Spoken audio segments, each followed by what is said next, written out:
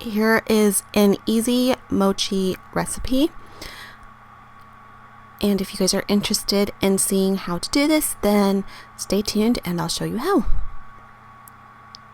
So the first thing is the ingredients list. You're going to need glutinous rice flour, some sugar, a little bit of salt, some room temperature water.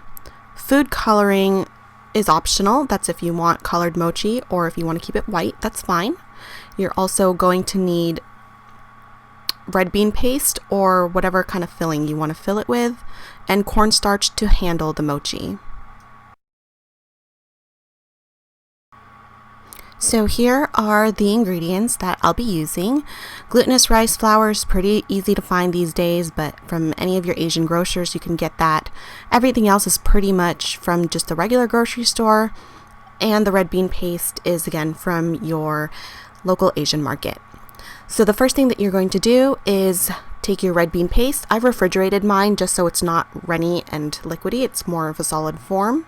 I'm just going to take a spoon, and I'm pretty much going to try to measure out the same amount for each ball, and I'm just going to roll it in the palms of my hand into 8 small tiny balls, which are going to go inside my mochi.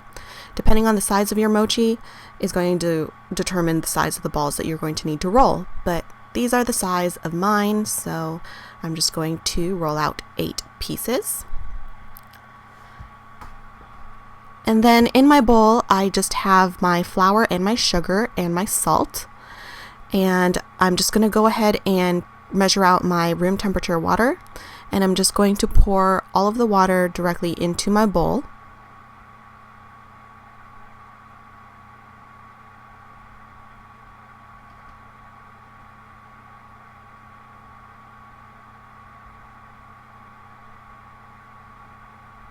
And then with a fork, I'm just going to mix everything up and make sure that there's no lumps. You never want lumps of flour in any type of anything that you're doing. So just go ahead and use your fork and mash it around, make sure there's no lumps, and mix it well.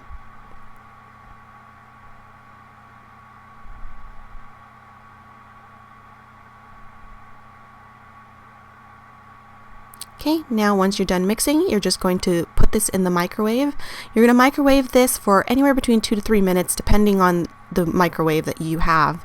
I have mine, I don't exactly know the wattage, so I'm sorry. It's on high power level 10, and I just microwaved mine for 3 minutes, and this is what it looks like after 3 minutes. This is the point where I'm going to take my food coloring, and the food coloring I'm using is a gel, so you only need the smallest amount of this stuff. The batch I did before this, I actually squirted a lot more, and it just turned into a bright, obnoxious neon pink, which almost was not edible just by looking at it. So I'm just taking one small little drop. As you can see, I'm placing it on my fork, and then I'm just going to place this right in the center, which is usually where the liquid accumulates. And I'm just going to stir this all up until it is one even consistency.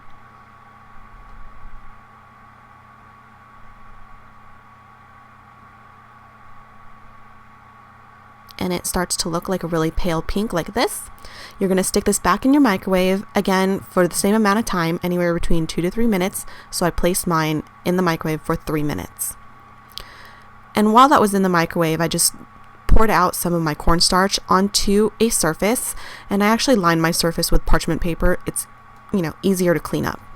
So I'm just spreading out all of the cornstarch, so that way when I grab my bowl from the microwave, I'll be all prepared.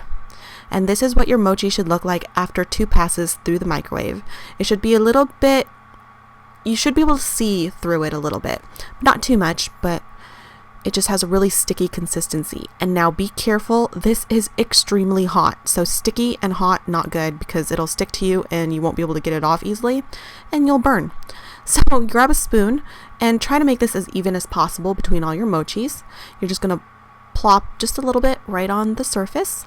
And because it's hot, I don't have the skills to be doing this in my palms of my hand the whole time, so I'm just trying to roll it into a semi ball, and I'm using the cornstarch to kind of, barrier between my skin and the heat, and it works fairly well. But now I just have it down on my surface, and with my fingers I'm just spreading it out so it's kind of like in a disc shape. I'm going to grab my little ball of red bean and place it right in the center and mash it down just a little bit. And I'm just going to grab the edges of that disc and bring them all into the center and bunch them all up, and then pinch to make sure that, it's all sealed. And basically that's all you need to do. In the end, I just end up grabbing the entire ball in the palms of my hand and try to form it into a more round, cuter shape, I guess you could say. But just pat it back and forth, roll it however you want. You can shape this into like a round flat disc, or you can do this in like a square. It's just really up to you. And definitely pat off any excess cornstarch that you don't need. And this is what you end up with, a small cute little mochi. And you just are going to set this aside while you do the remaining pieces. So I'm just going to fast forward through this part, but again, fairly simple. You don't need to refrigerate mochi. You actually should not refrigerate mochi at any time, because that's when it will harden. The way you store this is just store it in an airtight container and place it in a cool area of your kitchen. So like in a cupboard would be fine, and it should keep for anywhere between 5 days to 7 days. But I'm pretty sure with 8 pieces it'll be gone probably by the end of today, like mine did. Anyways, thank you all so much for watching and subscribing if you have. I hope you guys found this video helpful and that you guys try it out. Let me know how your mochi turns out. Have